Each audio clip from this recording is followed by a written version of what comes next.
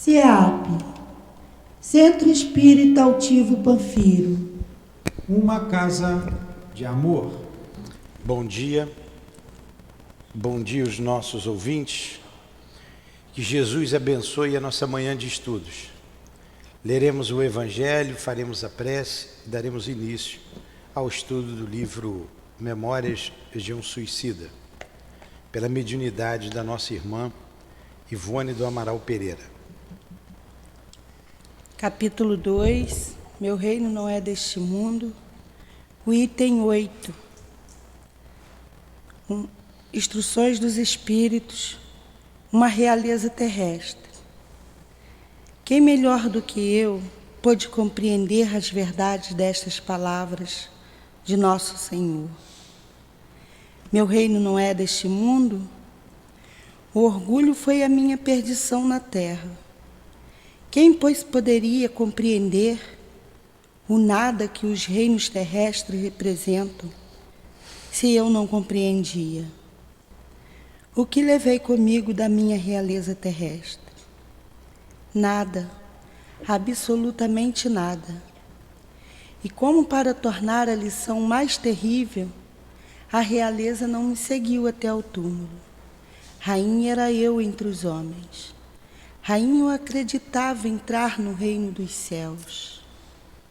Que desilusão, que humilhação, quando em lugar de ser recebida como soberana, eu vi acima de mim, mais bem acima, homens que eu considerava insignificantes e que desprezava, porque não tinha sangue nobre. Oh, nesse momento, compreendi a inutilidade das honras e das grandezas que se buscam com tanta avidez sobre a terra. Para se preparar um lugar no reino dos céus, é preciso abnegação, humildade, caridade em toda a sua perfeita prática e benevolência para todos. Não se pergunta o que fomos, qual a posição que ocupamos, mas o bem que fizemos, as lágrimas que enxugamos. Ó Jesus, disseste que teu reino não é deste mundo, pois é preciso sofrer para chegar ao céu, e os degraus do trono não nos aproximam dele. São os caminhos mais penosos da vida que nos conduzem a ele. Procuremos, pois, o caminho entre as dificuldades e os espinhos, e não entre as flores. Os homens correm em busca dos bens terrenos, como se pudessem guardá-los para sempre. Mas aqui não há mais ilusões, e eles logo se apercebem de que se apoderaram apenas de uma sombra e negligenciaram os únicos bens sólidos e duráveis, os únicos que lhes seriam proveitosos na morada celeste, os únicos que poderiam dar entrada a essa morada. Tenham piedade daqueles que não ganharam o reino dos céus e ajudem-nos com suas preces, porque a prece aproxima o homem do Altíssimo, é o traço de união entre o céu e a terra. Não esqueçam, Uma Rainha de França, 1863.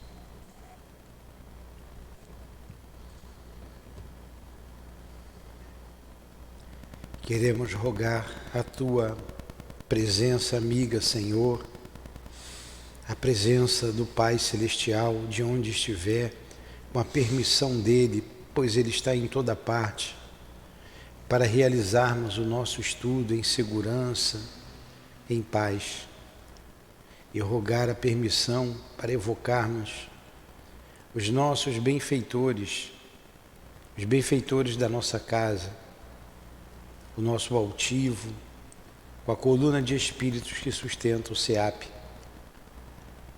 a nossa casa de amor. Pedimos a permissão para chamarmos também a Dona Ivone e rogar a inspiração dela, bem como do Camilo Castelo Branco, do Charles, de Leon Denis, do nosso Kardec, enfim, em nome desses espíritos amigos, em nome de Deus acima de tudo, em teu nome, Jesus, em nome do amor, em nome do nosso amor, iniciamos então os estudos da manhã de hoje. Que assim seja.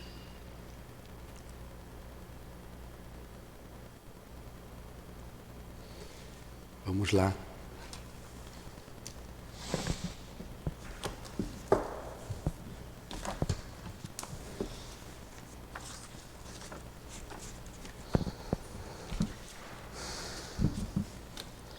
Nós paramos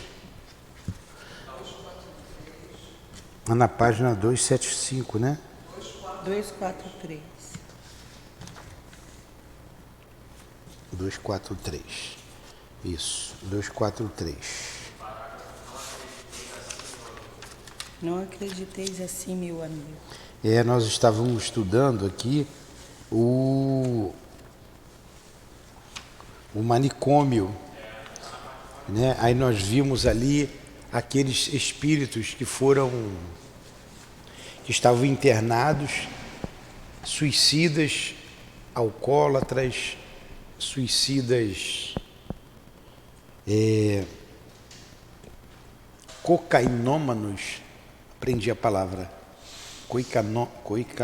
esse aí que usava cocaína. Cocainômano. Acertei só na primeira. Tá bom.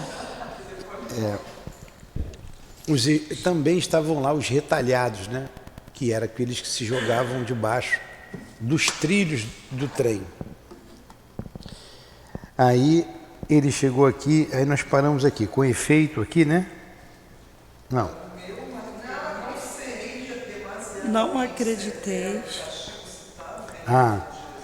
Aí o Camilo faz uma pergunta, né? Achando que eles estavam sendo castigados porque eles reencarnavam em corpos defeituosos. Eles falaram, são surdos, não é? Cegos de nascença. Aí como é que ele colocou aqui, ó? Que lúgubre falange, vou ler um parágrafo acima só um. Que lúgubre falange migrará então em retorno expiatório para as arenas da terra, com meus pobres pacientes. Não poderei ainda precisar minúcias, mas o conhecimento por mim adquiridos em assuntos espirituais confere-me o direito de prever aqui retardados mentais, loucos, epiléticos, possivelmente surdos, mudos, de nascença, até cegos. Todos deploravelmente ferreteados pela infâmia de que se rodearam no grau equivalente aos delitos praticados. Aí o Camilo, né, se espantou. Ele, caramba, isso, né, é um castigo grande. Vai lá, Dilane. Não seria... Não, pode terminar aí o senhor. Não, é onde a gente está começando. Não seria demasiadamente severo o castigo citado, venerado senhor diretor, partindo do princípio de que toda a humanidade erra, cometendo crimes diariamente, perqueri inconformado, enquanto a minha visão interior se desenrolaram panoramas análogos às sugestões apresentadas pelo eminente moralista e por mim outrora verificados diariamente nos cenários terrenos. A gente tem muitos aqui na nossa obra social, hein? Vai, Adilane. Aí vai responder o nosso Miguel de Santarém, né? Quando o Camilo interroga. Não acrediteis assim, meu amigo. Não acrediteis assim, meu amigo. Retrucou gravemente. Refleti antes no expulso sobre as leis. Refleti antes no que expus sobre as leis de causa e efeito. extraídas pelo legislador supremo, no intuito de advertir o homem, como os espíritos dos erros que praticam em oposição à harmonia das demais leis. Então, o que ele está dizendo aí?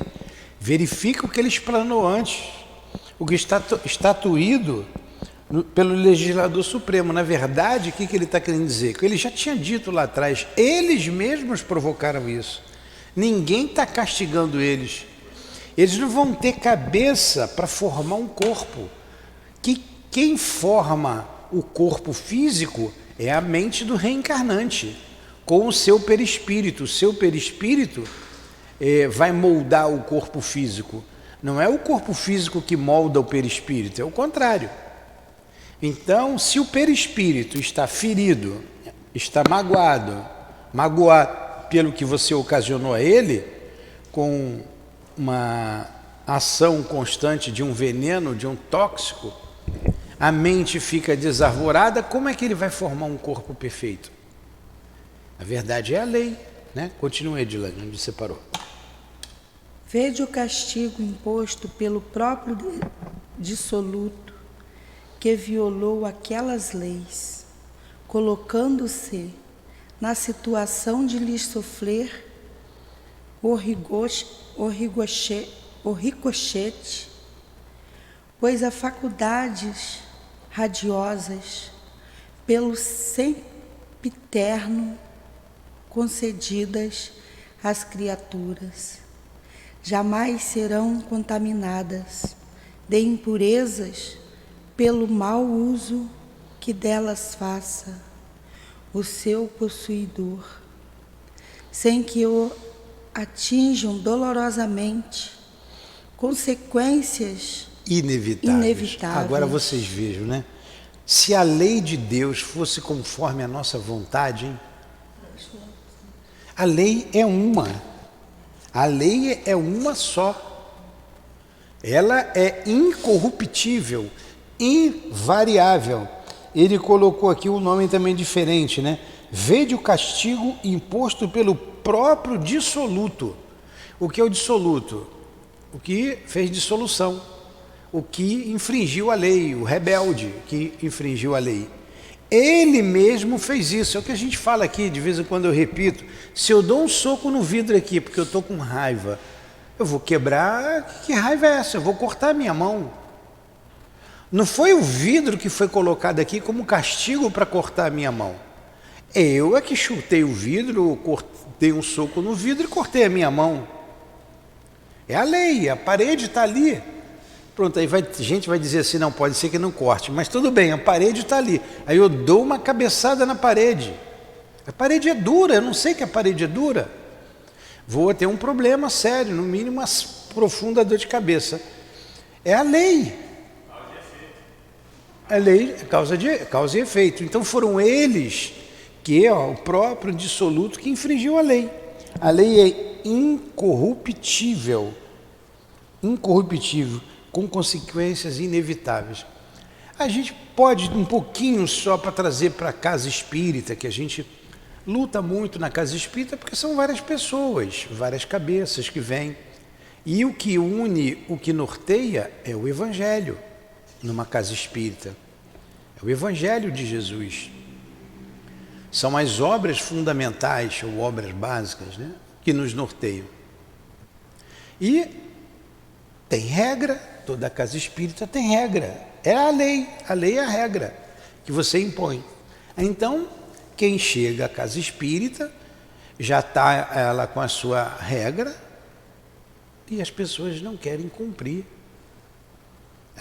Elas acham que elas têm que fazer do jeito delas. Conduzir homens é muito difícil. Disciplinar homens, ser disciplinador é muito difícil, porque dizem que você é ditador. E você, na verdade, está sendo um disciplinador, cumprindo as regras, cumprindo e fazendo cumprir, e fazer cumprir.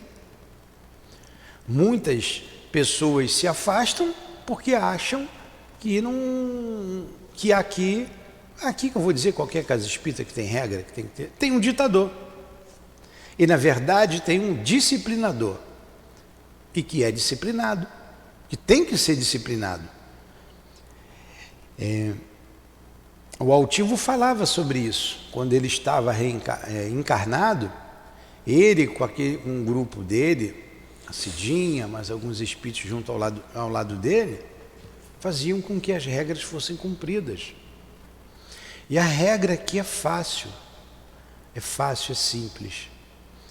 Além de amar a Deus sobre todas as coisas e o próximo como a si mesmo, é a gente amarmos uns aos outros como Jesus nos amou.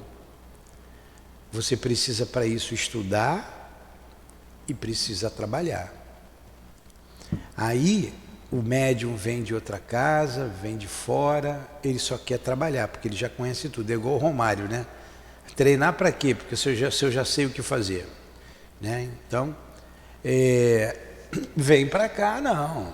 Eu incorporo, eu escrevo, eu falo, enfim, eu vejo. Mas você precisa estudar. Mas eu já estudei em outra casa, mas tem que estudar aqui, para ficar com a cabeça aqui. Ontem, assistindo o nosso irmão aqui, uma boa palestra, né? Eu gosto quando ele fala de Jesus, mas ele sempre fala de Jesus, pode ser o tema que for, ele começa com Jesus e eu gosto dele. As poucas vezes que eu falo também, eu sempre falo de Jesus, a gente começa com Jesus, né, insere Jesus, porém ele tem mais capacidade, né? Então ele começou falando do vinde a mim todos vós que sofreis, aprendei de mim que sou manso e humilde de coração, encontrareis repouso para as vossas almas.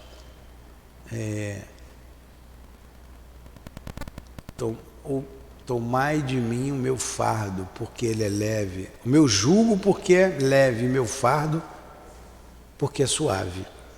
Lembra que ele falou isso? Então eu passei aqui essa passagem que está aqui no Evangelho.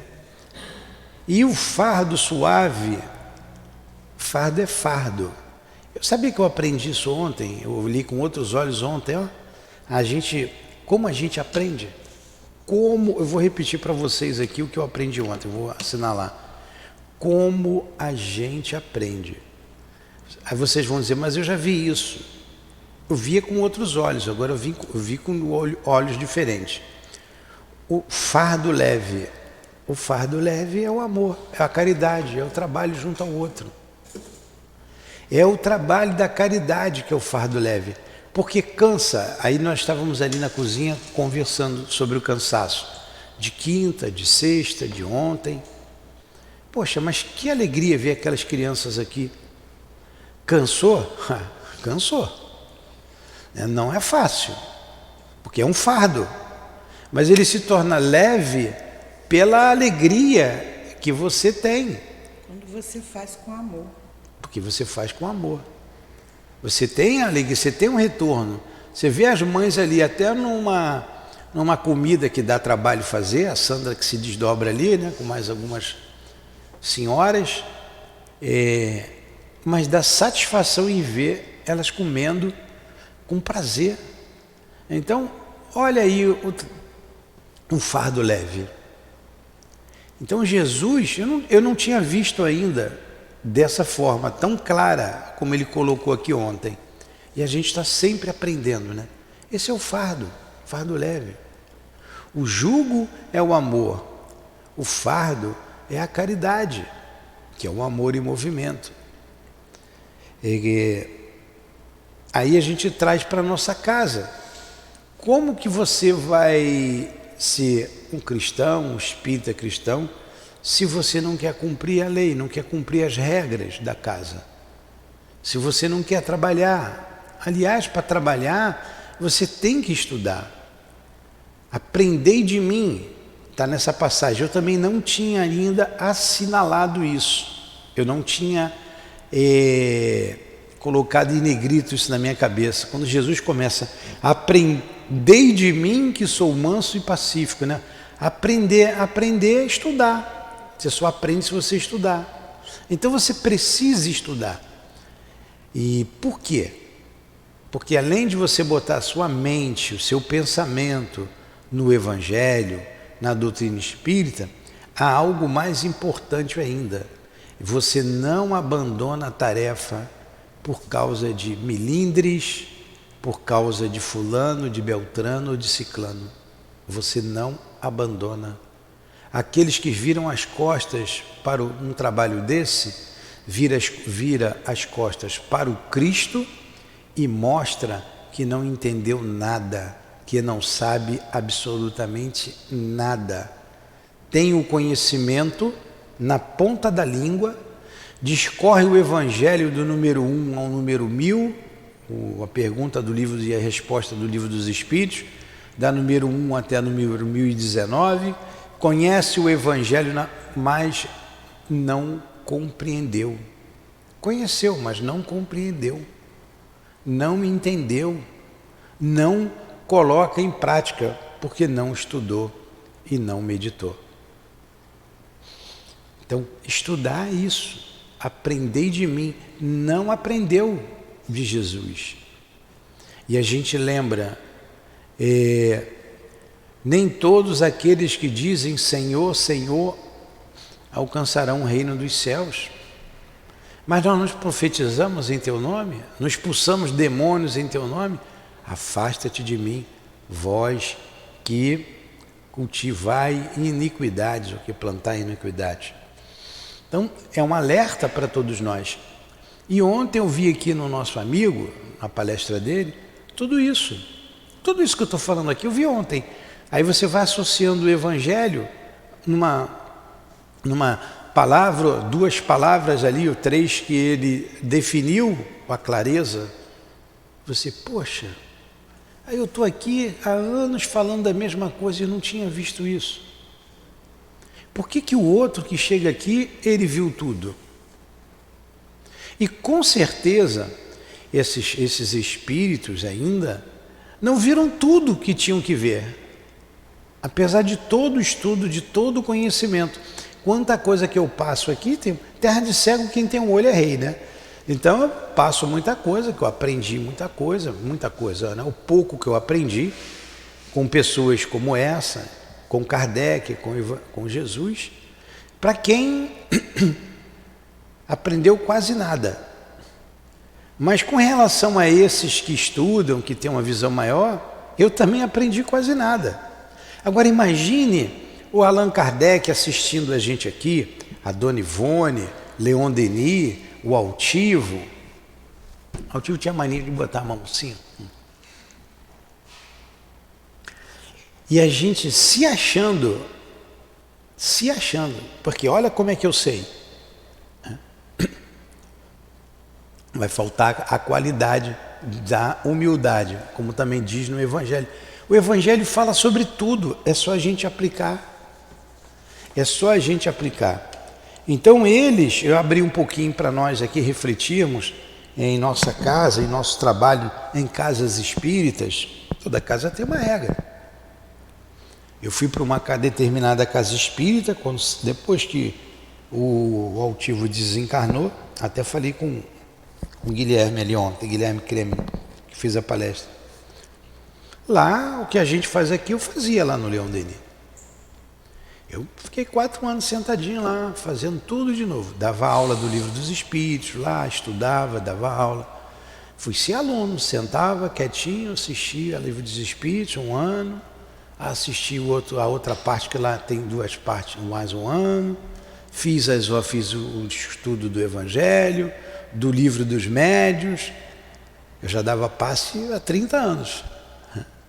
Para eu fazer o curso de orientação mediúnica da casa, para começar a dar o passe. Eu cheguei lá, quietinho, sentei e fiz tudo.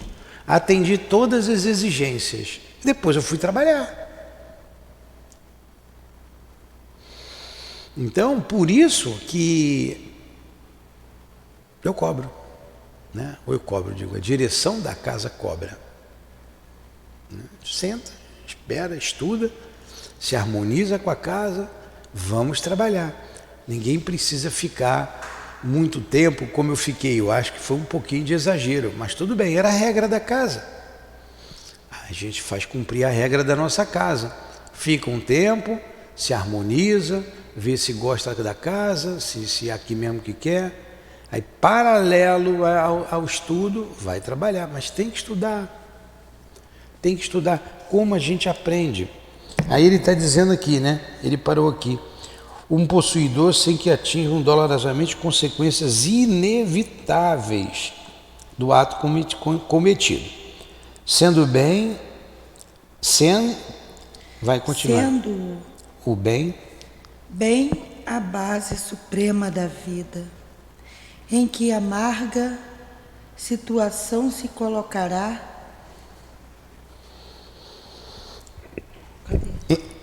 O ente que conspurcar, é o verbo conspurcar, quer dizer, sujou, né?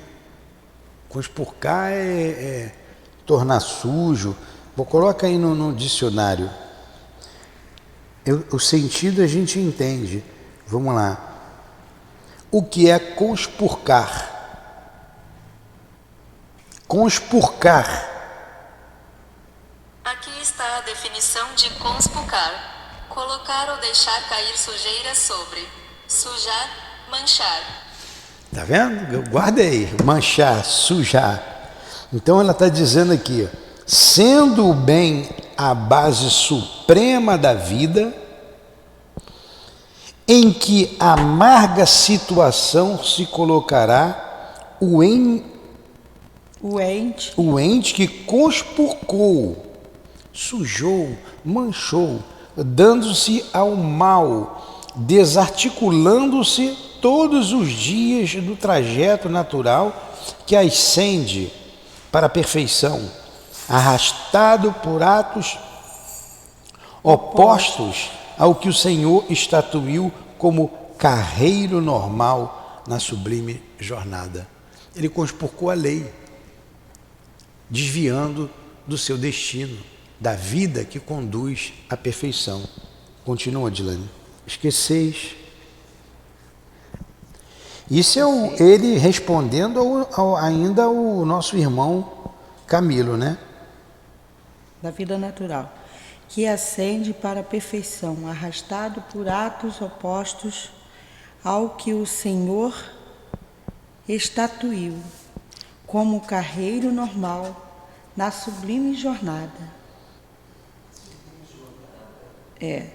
Esqueceis então as lágrimas que estes infelizes fizeram derramar aos seus irmãos, aos quais infligiram tormentos oriundos do egoísmo e demais expressões vis que deixavam extravar do coração enegrido.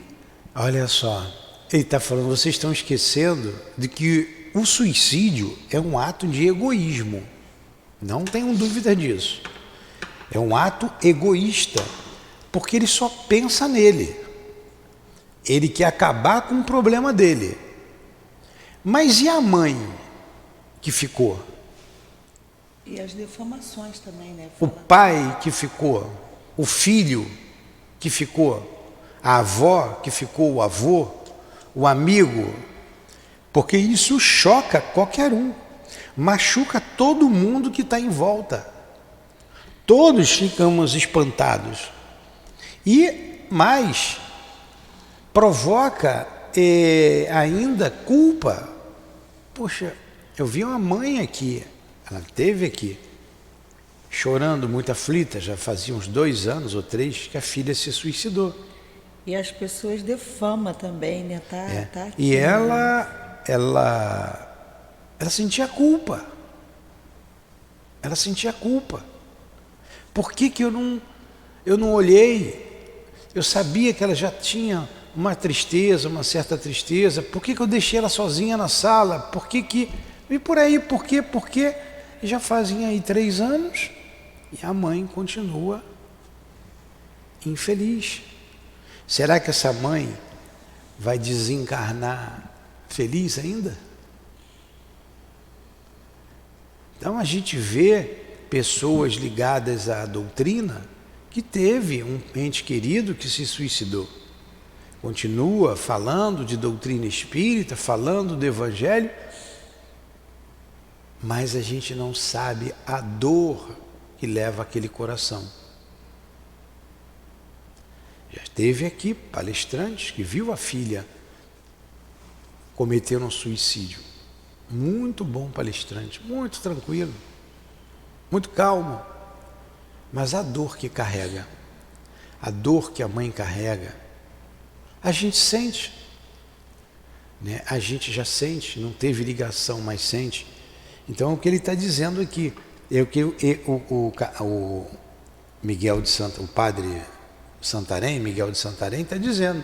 Vocês estão esquecendo da dor que eles provocaram, da ação egoísta. Olha como é que ele diz aqui, ó. Esqueceis então as lágrimas que estes infelizes fizeram derramar aos seus irmãos, aos quais infligiram tormentos oriundos do egoísmo e demais expressões vis que deixavam extravasar do coração denegrido? Das difamações com que feriram suas vítimas, aprazendo-se em atirá-las ao descrédito das pessoas conceituadas?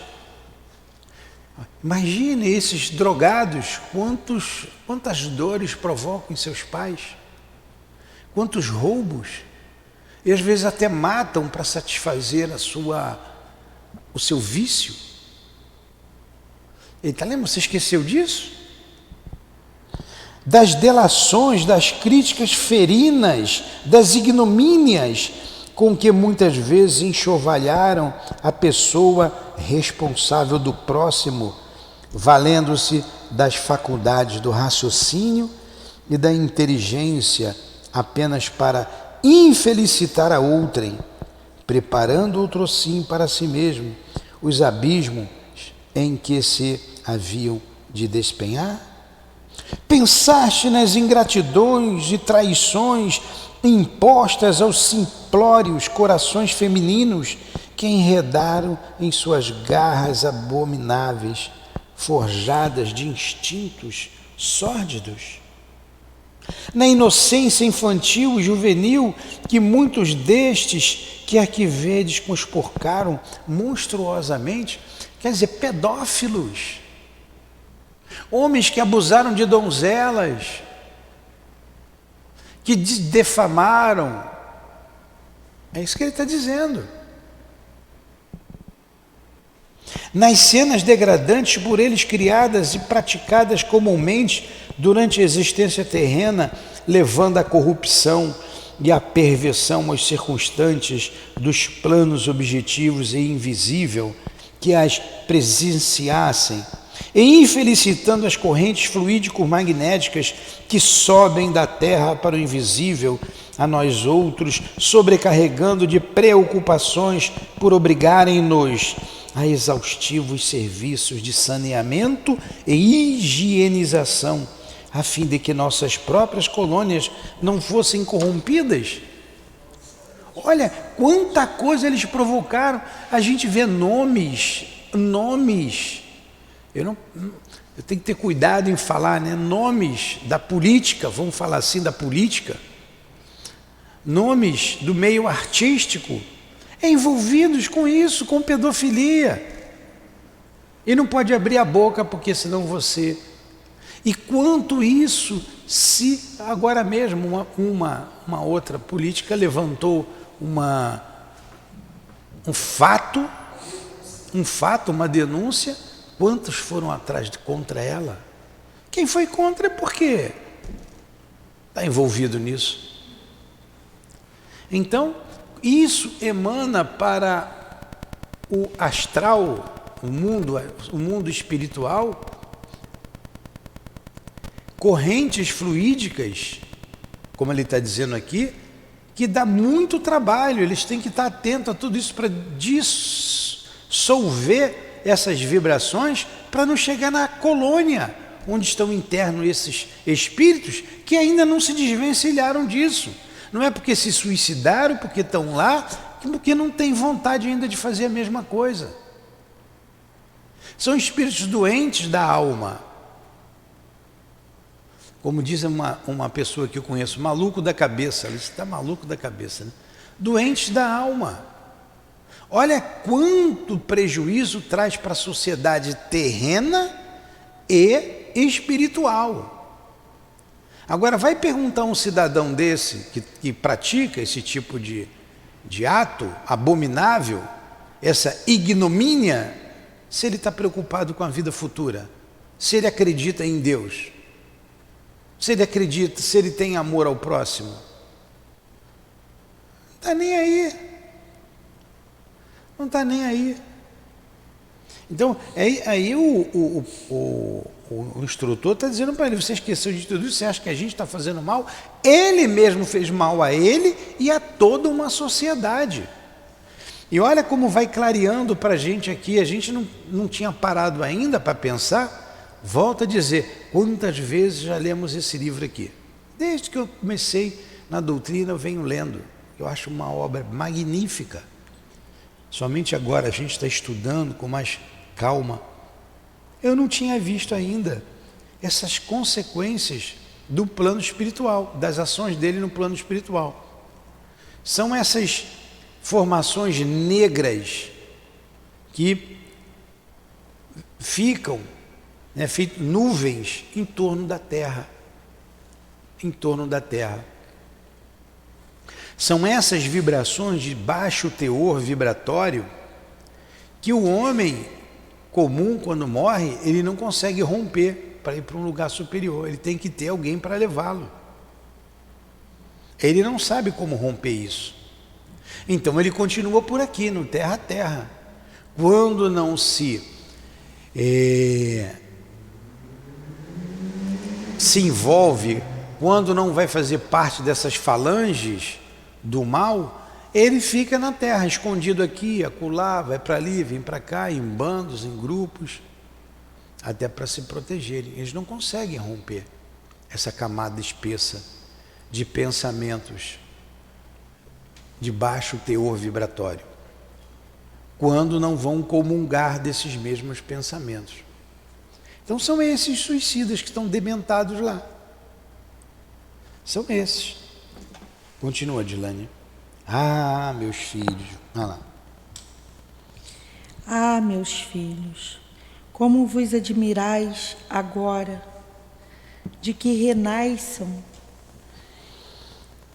estes pobres folhidos por incapacidades invencíveis se da existência que lhes foi concedida, a fim de tratarem de progredir, fizeram arma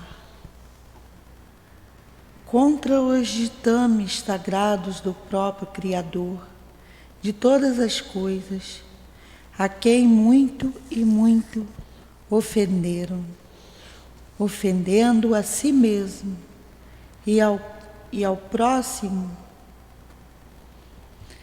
Ademais, não estarão eternamente precipitados nos pélagos cheios das iniquidades que cavaram. A dor educadora corrigira as anomalias de que se cercaram, reconciliando-os com a lei. Então vamos lá. Apesar de tudo isso que eles fizeram, ofendendo a si mesmo e ao próximo, eles não estão condenados para sempre. Olha como a lei é magnânima e de amor. Não existe o inferno. Não existe. Eles estão no próprio inferno. O inferno está dentro deles. Mas eles serão... ademais não estarão eternamente precipitados nos pélagos cheios da iniquidade que cavaram. A dor educadora corrigirá as anomalias de que se cercaram, reconciliando-os com a lei. Olha, Eles voltam logo para poder... Quem sabe nós que aqui estamos estudando e perplexos com tudo isso, não fizemos o mesmo um dia. Então a lei é de amor, nós fomos ajudados. Estamos hoje aqui lutando. Temos que ter caridade. E ele diz, ó Deus, é a misericórdia, diferente, eu dei a entonação errada.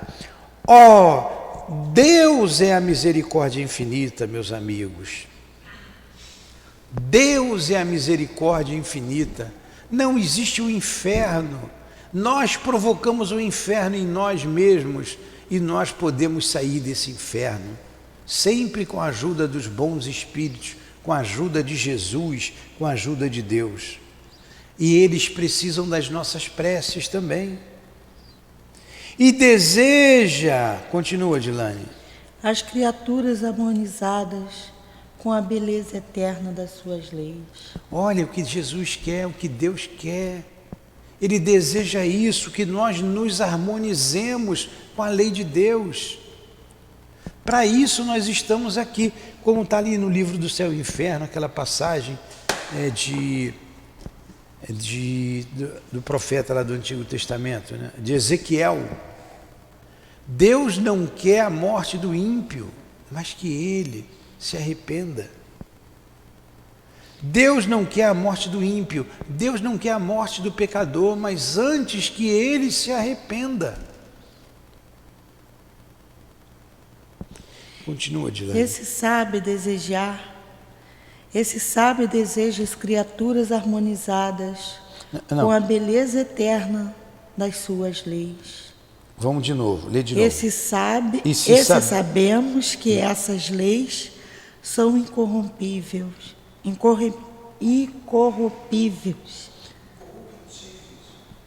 Lê de novo, começa. Esse sabemos que essas leis são incorruptíveis.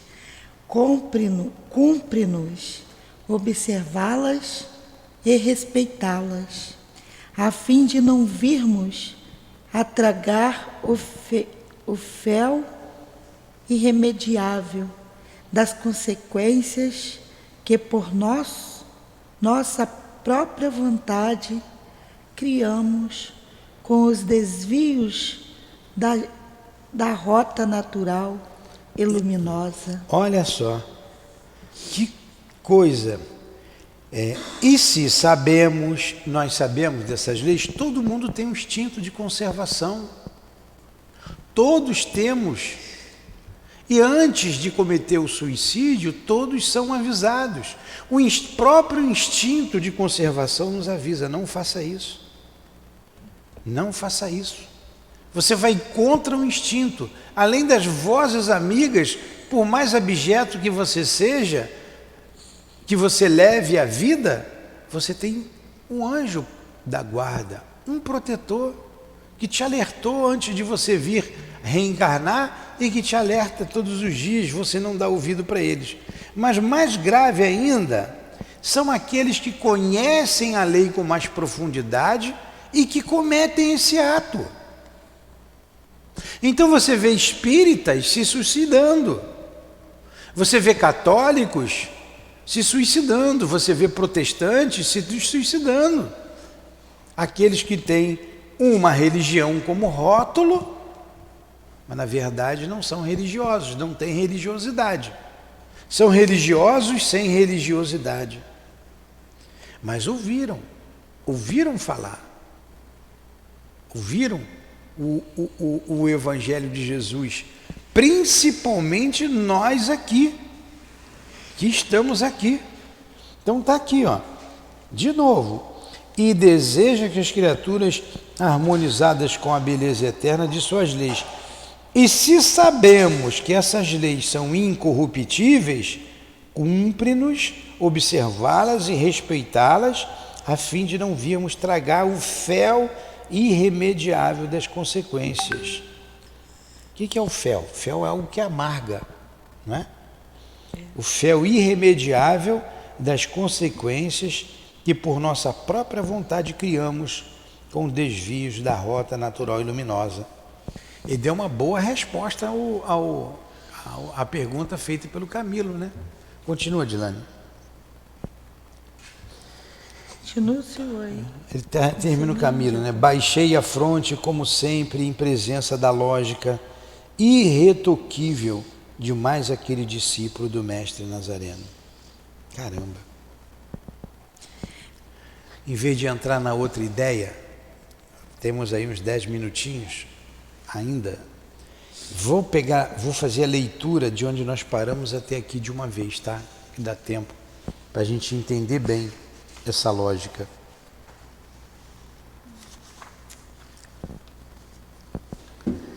Então, como nós dissemos no início, que esses espíritos viriam como loucos, débeis, retardados mentais, epiléticos, possivelmente surdo, mudo de nascença, até cego, pelo que eles fizeram. Aí o Camilo vai e pergunta, mas não é muita crueldade? Isso não é muita dor? Né? Não é não é um castigo severo? Aí ele responde aqui, está na página 244, ele começa com a resposta do Camilo. Não acrediteis assim, meu amigo, retrucou gravemente. Refleti antes no que expus sobre as leis de causa e efeito, estatuídas pelo legislador supremo, no intuito de advertir o homem, como os espíritos, dos erros que praticam em oposição à harmonia das demais leis. Vede o castigo imposto pelo próprio dissoluto, que violou aquelas leis, colocando-se na situação de lhes sofrer o ricochete, pois as faculdades radiosas do sempiterno, concedidas às criaturas, jamais serão contaminadas de impurezas pelo mau uso que delas faça o seu possuidor, sem que o atinjam dolorosamente consequências inevitáveis. Sendo o bem a base suprema da vida, em que amarga situação se colocará o ente que conspurcou, dando-se ao mal, desarticulando-se todos os dias do trajeto natural que ascende para a perfeição, arrastado por atos opostos aos que o Senhor estatuiu como carreiro normal da sublime jornada.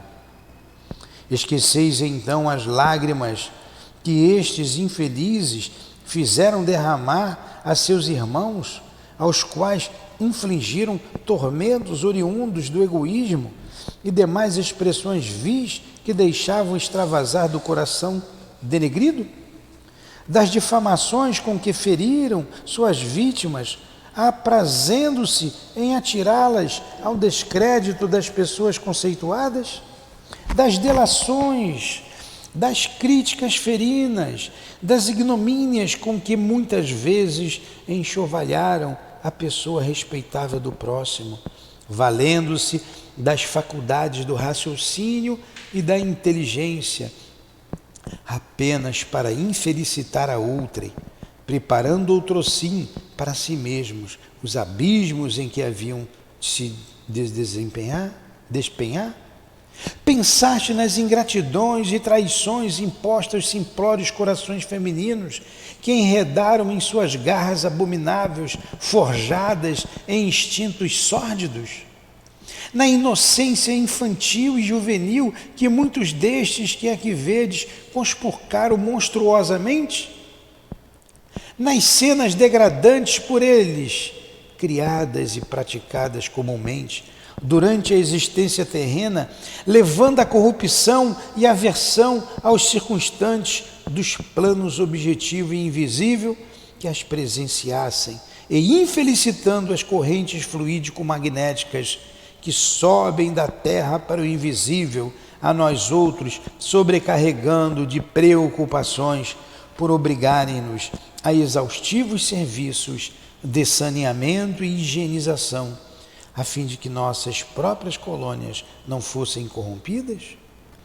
Ah, meus filhos, como vos admirais agora de que renais são estes pobres tolhidos por incapacidade invencíveis da existência que lhes foi concedida, a fim de tratarem de progredir. Fizeram arma contra os ditames sagrados do próprio Criador de todas as coisas, a quem muito e muito ofenderam, ofendendo a si mesmos e ao próximo. Ademais, não estarão eternamente precipitados nos pélagos cheios da iniquidade que cavaram. A dor educadora corrigirá anomalias de que se cercaram, reconciliando-os com a lei. Deus é a misericórdia infinita, meus amigos, e deseja as criaturas harmonizadas com a beleza eterna das suas leis. E se sabemos que essas leis são incorruptíveis, cumpre-nos observá-las e respeitá-las, a fim de não virmos a tragar o fel irremediável das consequências que por nossa própria vontade criamos com os desvios da rota natural e luminosa. Baixei a fronte, como sempre, em presença da lógica irretoquível de mais aquele discípulo do Mestre Nazareno.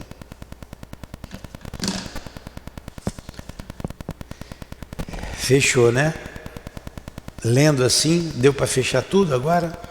Dá vontade de explicar uma porção de coisa mais aqui que eu não vi agora lendo. Mas está de bom tamanho, né? Aí a gente começa aqui na semana que vem, esse capítulo aqui Então paramos na página 245.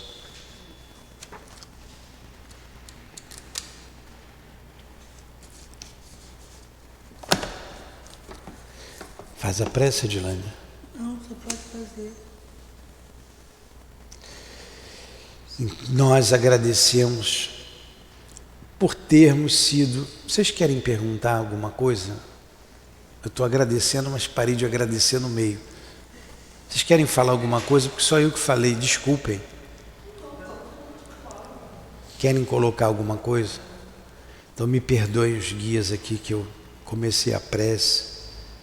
Mas vamos continuar. Agradecemos os pedidos que fizemos inicialmente para nos secundar. Os amigos da nossa casa de amor, o Altivo, a nossa Ivone, o Camilo, o Charles, o Leon Denis. Sentimos a presença desses amigos queridos e demais espíritos queridos da nossa casa, caros ao nosso coração, nesse pequeno estudo de grande valia para todos nós. Muito obrigado por nos ajudarem. E rogamos por esses, encerramos o nosso estudo, rogando por esses irmãos desafortunados que através do suicídio retornaram à pátria espiritual. Os que se fazem presentes, aonde essa prece alcança e possa alcançar, lá na colônia Maria de Nazaré, que todos recebam, Jesus, a esperança, o teu amor e a esperança de como lemos hoje, a misericórdia de Deus, para que eles se refaçam e tenham coragem de recomeçar a obra onde estacionaram. Que Deus os abençoe, que Deus nos abençoe a todos e que o perfume das rosas possa alcançar a todos e essa flor singela e bela, símbolo do nosso amor, possa chegar até eles, a todos a quem puder chegar. Que Deus os abençoe. Que Deus abençoe a nossa casa de amor. E que esses estudos trazidos do além, através dos Espíritos do Senhor, repercuta nos ouvidos daqueles que pensam em se matar, que pensam em acabar com a própria vida, que raciocinem. Não compensa. A morte não existe e para tudo há solução. Que Deus nos abençoe. Em nome dos guias da nossa casa de amor, todos esses espíritos que citamos aqui, em nome do amor, em nome do nosso amor, em nome do amor de Maria Santíssima, do teu amor, Senhor, mas acima de tudo, em nome do amor de Deus, nosso Pai, de infinita misericórdia e de esperança, é que damos por encerrado os estudos da manhã de hoje, em torno do livro Memórias de um Suicida. Que assim seja.